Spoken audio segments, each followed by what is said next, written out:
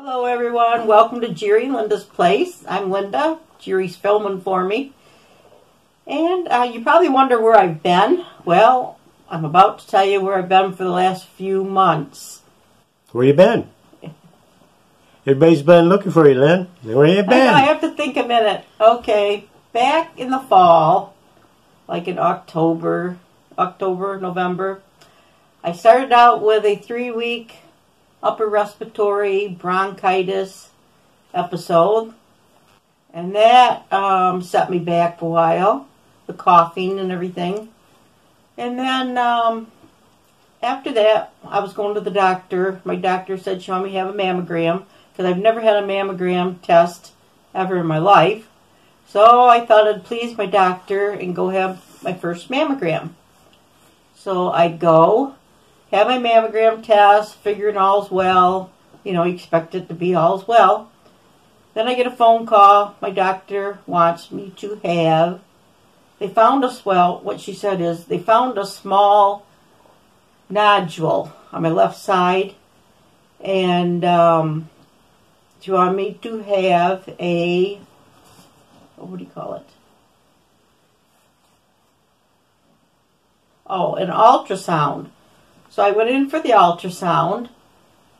This was like in November. I went in for the ultrasound, and I had to wait on that, the results of that, a few days. And then I got the records back, and it said, yep, still a suspicious nodule right in here, this area.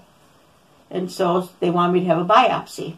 So I went in, had my biopsy, which they take a, first, let's see, what do? They numb you, of course. Then they take a long needle about like this, I would say. And you're numb. You don't feel it. It's really no big deal if you have to go through one. And then they stick it through to the little nodule, which they said had a small nodule. And they take a biopsy of it. So then, all's well there, go home. No, they wrap you all up, too, for 24 hours. So you go home with bandages all around you. You sleep with it that way. And then the next day you can take your bandages off. And then I get the phone call that the biopsy was good. So no problems. So which was good news, because that was a big stress for about a 3-week episode. And they put a titanium marker inside right here. So any future mammograms I have, it will detect, you know, what was going on at the time there. So that was my first mammogram experience. A lot of stress. Then, January 3rd, we have a golden retriever puppy. He's a year and a half. You'll see a picture too. We're going to put a picture in here so you can see him.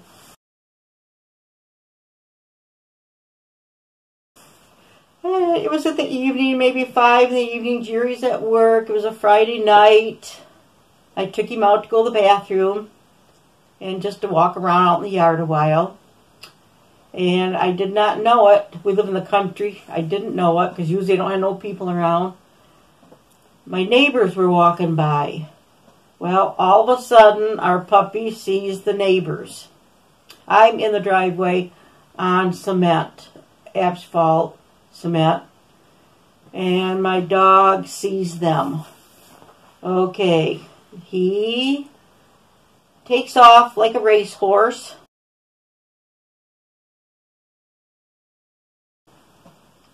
I fell right on the cement. I don't know how my face kept from getting hurt, but I fell on it. And my arm, I fell on my arm. So there's my neighbors. First time I ever met them, the mother and the daughter. They come over. They come bring Trevor. I had to just he just burst loose from me off the leash and went running to them. So they come. They picked up his leash and come bringing him back. And here I see Trevor, my puppy. He's got the woman's glove in his mouth. He comes real proudly. Not even checking on me or nothing, my pup. And he's carrying this glove in his mouth, real proud of himself. So I had the people, the mother and the daughter, put him up for me, because here I am laying on the cement, and I knew I'd broke my arm. So I said, you need to call an ambulance, because I know I broke my arm. I've had a broken arm before on this side. Well, this is my right side now. So I tell them, call the ambulance. So first arrives the fire department, because we live in a small township. And here comes the fire department first. They help me up and take my coat off, because it's winter. It was a real bitter day. They helped me up. They get my coat off me, which was excruciating. And they put me, what do you call them things? You know, to hold your broken arm. Stent? Huh? Stent? Oh, a thing, yeah, like a stent thing. Then here comes the ambulance, and the ambulance helped me some more. They looked at my arm. They said, a splint, yep. That's what I mean, splint. Yeah, splint. They look at my arm, the ambulance attendants, and they said, yep, you really broke it. And I'm thinking, oh my goodness, because when you look at my arm, right over here, it was bulging out. It was actually bulging out right there. I could tell, yep, not looking good. Looks like it's dislocated. So they take me by ambulance to the hospital, and I found out it was dislocated. So I had to go, and they put it back together. I had to put my arm like this, and they had these things dangling down that looked like a Chinese puzzle. You know, you stick your finger in, and you can't get it back out. Those Chinese handcuff things? Right. Yeah. Well, there's 5 of those finger things. And so they said they're just going to let me hold my arm up like this, because let gravity take its place for my dislocated arm. So they stuck my finger in each one of these to kind of support. That felt pretty good, actually, after all the pain. And then they rubbed down the dislocation. They gave me some pain pills before that. They rubbed it down. They did a good job, actually. The bump went away. They got it in order. And they said, what I did, I crushed the bones and the 2 main bones in your arm, crushed it, dislocated it, and that I would need surgery. And I was shocked. They said that word, surgery. So I ended up going to see an orthopedic surgeon, and he had to do ORIF, ORF surgery.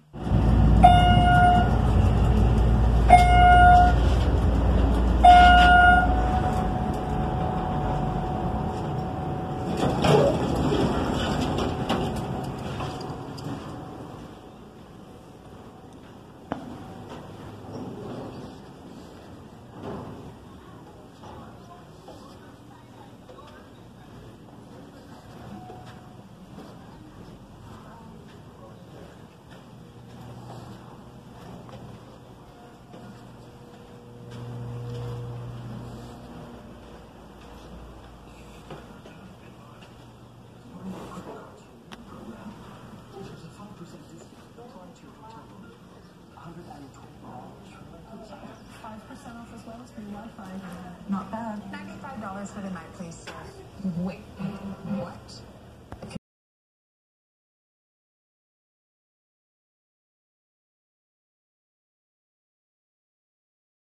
But you can still see the line in it. They had to cut me from down there all the way down to there, open it up. And it means open reduction internal fixation. So what it means in layman's terms, they open it up, get in there, and the crushed bones they have to actually put together and put a plate, a titanium plate inside, and screws, and screw it into the bone. That's to hold the arm steady. So I went for surgery, and that was quite an experience. I was in a lot of excruciating pain for a couple months, probably. Taking a lot of pain pills. It was painful. So that's where I've been. And a couple days ago, I went to my doctor. I'd been in a cast, arm cast too, for the last 2 months. Because this happened January 3rd, I fell. January 10th, or 9th or 10th, I had the surgery. So this has been 7 and 8 weeks since this has happened. And so the doctor now, my surgeon, looked at it a couple days ago, and he says, he took x-rays. He says it's looking great. It's healing great. And he said he wants to see me back in 6 weeks, and that he wants me to go to an occupational therapist. That's to relearn how to, deal with everyday life with your arm. But see how it's peeling? It's just strange how your arm looks after this, after it's been in a cast, so long. And then, like that. He wants me to do exercises now, especially after taking a shower or after spending water, get this stiffness gone. And he wants to see me in 6 more weeks, which is April 14th, I believe. So next week I go to the occupational therapist, and I just believe everything is coming along good. I think that's all about it in there. Yeah, tell them, everyone, what not to do with your dog. Okay, what not to do. So they can keep from having this happen, because let them know how much pain this was. This was excruciating pain. I mean, for months. And nothing was helping. Well, he had one of these harnesses on. Real nice harness that fits over the dog. And then it hooks to the harness, So it's not around his neck. No, it's not around his neck. And I thought, oh, this is great. No, never use one of these harnesses on a dog that's not been trained in obedience class, or you've trained him yourself in obedience. Because nothing he did wrong. He's just a puppy, but he's an 85-pound puppy. And it gives them momentum. They see something, a rabbit or anything, they're going to race off like a racehorse. You are going to fall. And so do not put a harness on 80-pound dog. Yeah, don't put a harness on a dog that has not gone through obedience school. Instead, they call these general leaders. You'll have to Google it. But you can buy them in the pet store.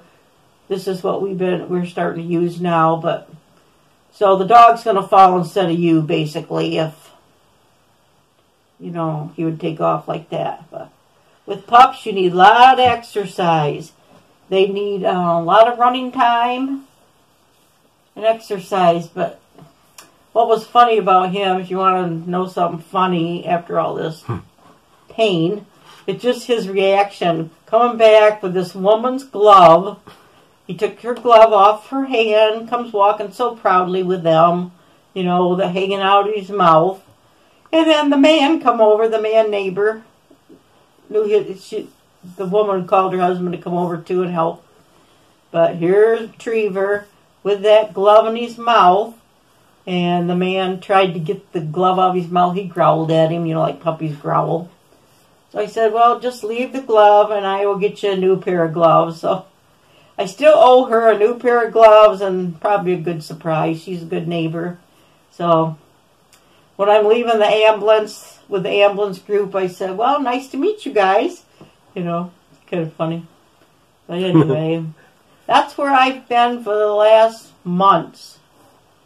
So been a lot of stress in our whole household, that kind of a way, physically. But well, I'm glad you all watched, and if anybody's ever had this kind of surgery, let me know how occupational therapy goes for it and what kind of exercises I can expect and how long it took you to heal. I would be interested to hear that. And of course, it's my right hand. So Jerry's been real good. He's been my care provider, making all the meals and taking care of everything, because you kind of forget, when you're using your left hand, when you're used to your right hand. I had to learn how to eat again and all that kind of stuff.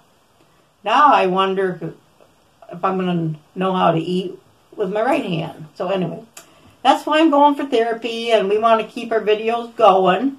So watch for our videos, and a few of them I'll probably be having more videos like come eat with Jerry and Linda, join us for dinner. We'll either be at a restaurant or home eating, and we'll have some recipes. I can't stir them, but I'll be in the video too and be thinking of some. So that's about it. Well, I appreciate all you guys watching, and if you're new, I'd encourage you to subscribe to our channel. We'd love to have you join our journey, and push the like button if you like the video, and comment below if you'd like, and let me know your experiences with a broken arm or that kind of surgery, or any dog input. That'd be great too. And if you'd like to share this video, that'd be great too. I thought maybe it'd help other people that are walking their dogs, because really this could be life and death. If you went into shock or something, which I thought maybe I was going into at first because I started feeling nauseated, it can actually kill you, actually, if you fell just right, you know. And the older a person is that has to go walk their dog, you don't want that kind of harness. But best to have them on a collar. Hooked to the collar. Or like I said, an easy walker, they call them. Get them at the pet store. And we'll post the pictures, too, of the kind of harness not to get. We'll show you that harness. And then I'll post a picture, too, of the harness that we're using now. And Trevor will be going to obedience school soon. He's actually going to be training with a canine unit trainer. So, a friend of ours. So, we're expecting some good things to come. And hope you all have a good day and a good evening also. It's sunny here in Michigan now. I'm feeling like it's becoming spring, which is my favorite time of the year. And my birthday month.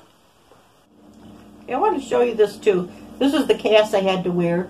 At the beginning when I broke my arm, I had different bandages. So I went through a few of them too.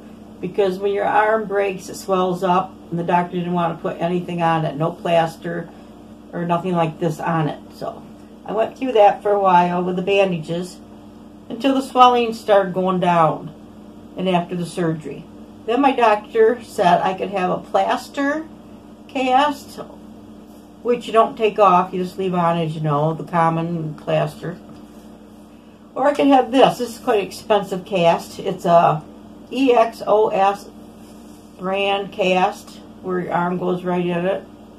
And then what's unique about it, you can take a shower, and it's a waterproof cast. So after you take a shower, go sit down, you can have this taken off, and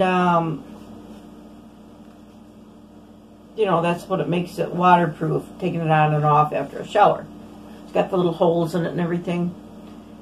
And what's unique about it, when you put your cast back on, you push this down, turn this, and it tightens up these strings, which will put it to whatever tightness you need.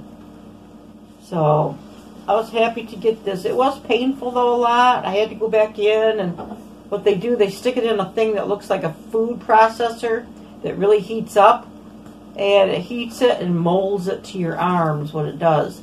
And then if you have any complications, you go back in, or your arm starts shrinking, which it does, then you have them shrink it. Put it back in that machine, shrink it, mold it to your arm again. So this was good in the fact that it was waterproof and I could take a shower, then take it off.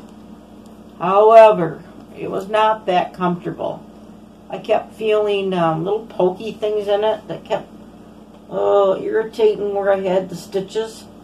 So yes, it was good. And yes, I'd rather have this than the plaster cast, but nothing's perfect, of course, when you're healing. So anyway, basically I was happy with this cast. So right now I have to wear it. Anytime I go outside for the next 6 weeks, I still have to wear it. And then inside, I don't need it, the doctor said. But if I don't wear it outside, I could possibly break my hand or elbow because, you know, your arm's still weak and your hand's still weak. So anyway, this is the cast that I wore for a few months.